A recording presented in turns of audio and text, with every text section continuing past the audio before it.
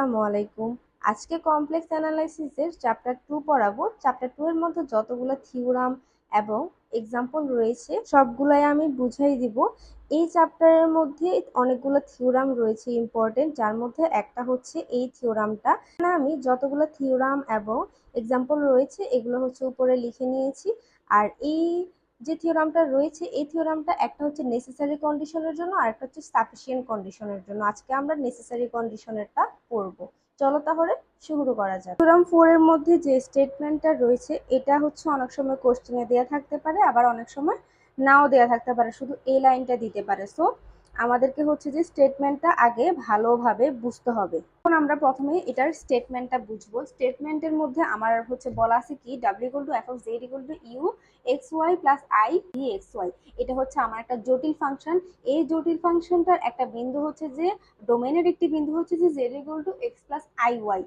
এই জটিল ফাংশনের ডোমেনের একটি বিন্দু z = x plus iy বৈশ্লেষিক হওয়ার শর্ত হচ্ছে দুইটা।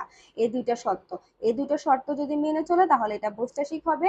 আর শর্তগুলো কি আমি বলতেছি। প্রথমটা হচ্ছে যে চারটা পার্শিয়াল ডেরিভেটিভস বিদ্যমান থাকবে, যেগুলো হচ্ছে যে del u/del x, del u/del y, del v/del x, del v/del y এবং কচি রিমেনের পার্শিয়াল ডিফারেনশিয়াল ইকুয়েশন সিদ্ধ করবে। কচি রিমেনের পার্শিয়াল ডিফারেনশিয়াল ইকুয়েশনটা হচ্ছে যে del u/del x = del v/del y, আর হচ্ছে del u/del y = -del v/del x। এটা হচ্ছে যে সিদ্ধ করবে। তাহলে এটা হচ্ছে যে বৈশ্লেষিক হওয়ার শর্ত। কোন বিন্দুতে বৈশ্লেষিক হবে? z = x plus iy। এই বিন্দুতে বৈশ্লেষিক হবে। এই বিন্দুতে বৈশ্লেষিক হওয়ার দুটো শর্ত মেনে চলবে। একটা হচ্ছে যে পার্শিয়াল ডেরিভেটিভ বিদ্যমান থাকবে, আর একটা হচ্ছে যে কচি রিমানের ইকুয়েশনটাকে সিদ্ধ করবে। আশা করি স্টেটমেন্টটা তোমরা বুঝতে পেরেছো। স্টেটমেন্টের মধ্যে শুধু এই যে গ্রিন কালারের পেন দিয়ে লিখেছি এই চারটা জিনিস মনে রাখলে আর বাকিটা হচ্ছে বাংলাটা বুঝলেই তোমরা হচ্ছে যে ইংলিশে এটা সুন্দরভাবে লিখতে পারবে। আর এই স্টেটমেন্টটা কিন্তু অনেক অনেক ইজি। আশা করি তোমরা স্টেটমেন্টটা বুঝতে পেরেছো। এখন আমি তোমাদেরকে প্রমাণটা বুঝাবো। হচ্ছে যে গিভেন দ্যাট এই দুইটা লাইন কিন্তু আমাদের দেয়া আছে। এই দুইটা লাইন হচ্ছে যে আমরা জাস্ট লিখে নিলাম। এখানে f prime z = limit del z tends to 0 f of z plus del z minus f of z by del z। এই লাইনটা হচ্ছে যে সূত্র। আমাদেরকে f prime z এর সূত্রটা মনে রাখতে হবে। এখন হচ্ছে যে এই লাইনটা কিভাবে হয়েছে সেটা আমরা বুঝবো। দেখো প্রথমে হচ্ছে del z এর জায়গায় আমি কি লিখছি? del x tends to 0, del y tends to 0। এখানে del z এর মধ্যে কি আছে? del z এর মধ্যে কিন্তু x ও আছে y ও আছে। ঠিক আছে, del z এর মধ্যে x ও আছে y ও আছে, যার জন্য আমি এখানে del x = 0 লিখেছি, del y = 0 লিখেছি।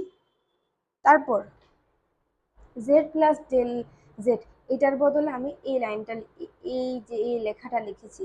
কিভাবে লিখেছি দেখো, এখানে f of z plus del z আছে না? তাহলে আমার ইকুয়েশনটা কি ছিল? আমার ইকুয়েশনটা ছিল বা এই যে আমার f of z টা কি ছিল? f of z টা হচ্ছে u of xy, মানে u of xy থাকবে, আবার i v of xy থাকবে। তাহলে এখানেও আমি এই আকারে এই লেখাটাই লিখবো। তাহলে কি লিখলাম?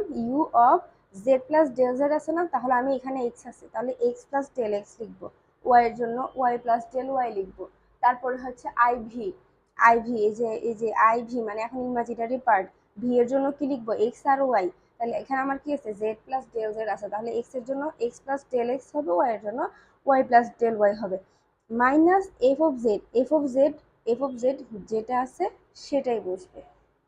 এরপর del z = আমরা জানি কি del x plus I del y, এটাই লিখে দিয়েছি। আশা করি এই লাইনটা তোমরা বুঝতে পেরেছো। এটা আমি 1 নাম্বার ইকুয়েশন দিলাম।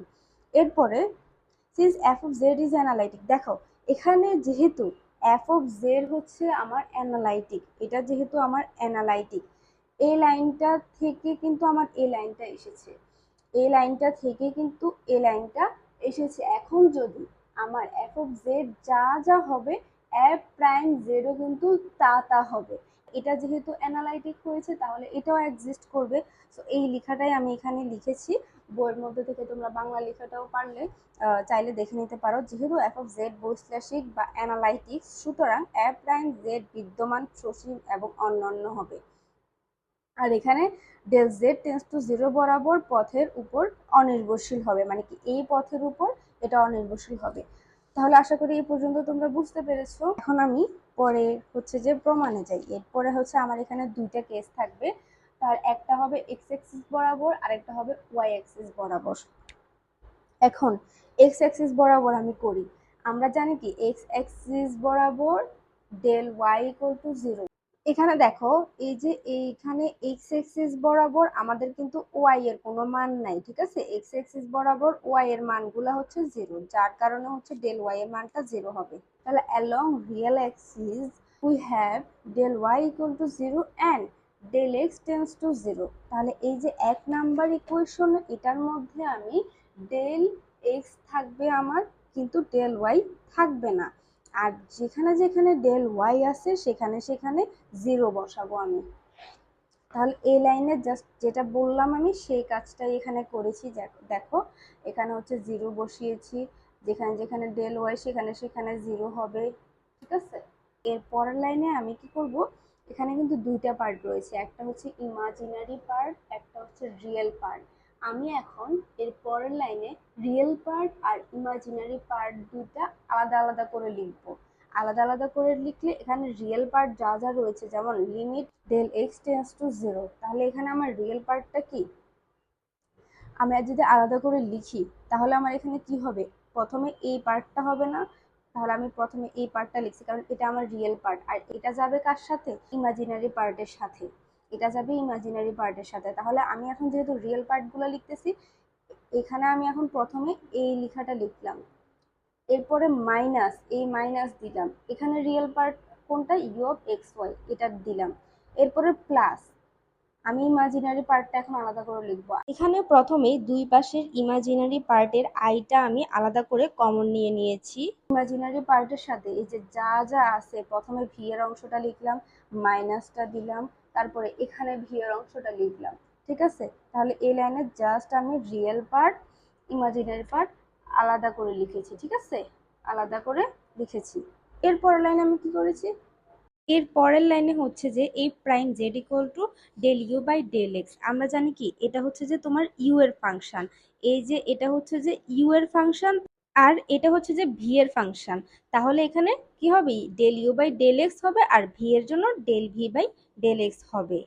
কেস ওয়ানটা প্রমাণ হয়ে গেছে, এটাকে আমি 2 নাম্বার ইকুয়েশন দিলাম। আমি কিন্তু স্টেটমেন্টে তোমাদেরকে 4টা শর্ত বলেছি, যে 4টা শর্ত থেকে অলরেডি 2টা আমি এখানে লিখেছি। তাহলে পার্শিয়াল ডেরিভেটিভস এর শর্ত অনুযায়ী আমি এখানে del U by del X আর ডেল ভি বাই ডেল এক্সটা লিখতে পেরেছি। এখন আমরা কেস 2টা বুঝবো।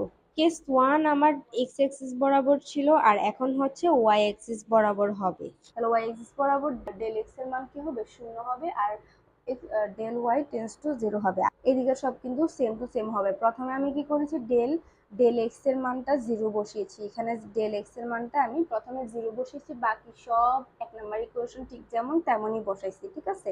এই লাইনটাতে, প্রথম লাইনটাতে শুধু আমি কি করব, 1 নাম্বার ইকুয়েশনের ডেল এক্স বরাবর 0 বসাবো।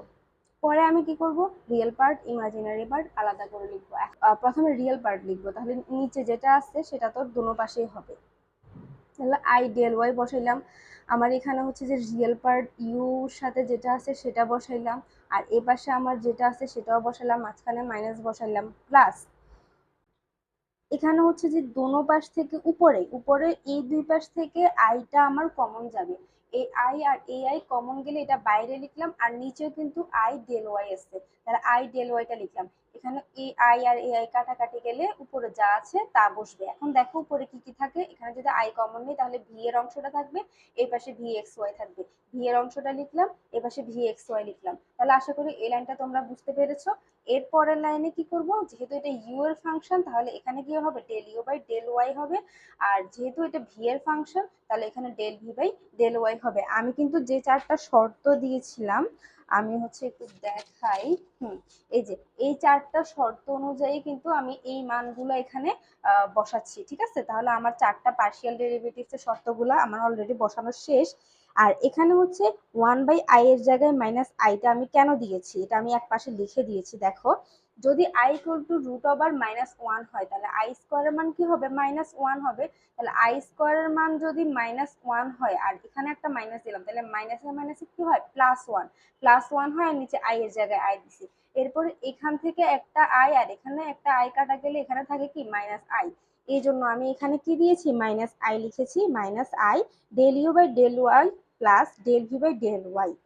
এটা হচ্ছে আমার 3 নাম্বার ইকুয়েশন হবে। এখানে এখন আমি তাহলে কি লিখবো, since F of Z is analytic so F dot Z exist, same কথাটাই লিখবো। তাহলে কি হবে, উপরের যে 2 নাম্বার আর 3 নাম্বার দুটো ইকুয়েশন আমি পেয়েছি, এগুলো কি হবে, শুড বি ইউনিক, যেহেতু এক্সিস্ট করবে সেহেতু ইউনিক হবে। আমি কয়টা সমীকরণ পেয়েছি, একটা হচ্ছে এই 3 নাম্বার আর একটা হচ্ছে যে এই 2 নাম্বার, এই দুইটা সমীকরণ হচ্ছে কি হবে, ইউনিক হবে। তাহলে কি লিখবো, দুইটা সমীকরণ ইউনিক হলে দুইটা সমীকরণ আমার সমান হবে, 2 আর 3 সমান হবে। এই যে 2 আর 3 আমি এখানে সমান করে লিখেছি, লেখার পর আমি কি করেছি, equating real and imaginary part we get, মানে বাস্তব এবং অবাস্তব অংশ সমীকৃত করে পাই। বাস্তব অংশ সমান বাস্তব অংশ হবে, del U by del X সমান del V by del Y হবে। লিখলাম আমি del U by del X equal to del V by del Y. এরপরে অবাস্তব অংশ যদি সহগ সমীকৃত করি তাহলে কি হবে, আই এর সহগটা বসবে, আই এর সহগ হচ্ছে del V by del Y, del V by del Y equal to, এই যে মাইনাসটা দিলাম, del U by del Y, del U by del Y. এখানে লাস্ট লাইনটা দেখো, লাস্ট লাইনটা হচ্ছে যে আমার প্রমাণটা ছিল কি del U by del Y equal to minus del V by del Y, যার জন্য হচ্ছে আমি এখানে মাইনাস দ্বারা গুণ দিয়ে দিয়েছি, মাইনাস দ্বারা গুণ দিয়ে আমি হচ্ছে যে এখানে কি লিখেছি, del U by del Y equal to minus del V by del Y. আমার প্রমাণটা একটু দেখো, প্রমাণটা হচ্ছে যে দেখলে তোমরা বুঝতে পারবা কেন গুণ দিয়েছি। এই যে দেখো প্রমাণে আছে কি del U by del Y equal to minus del V by del Y.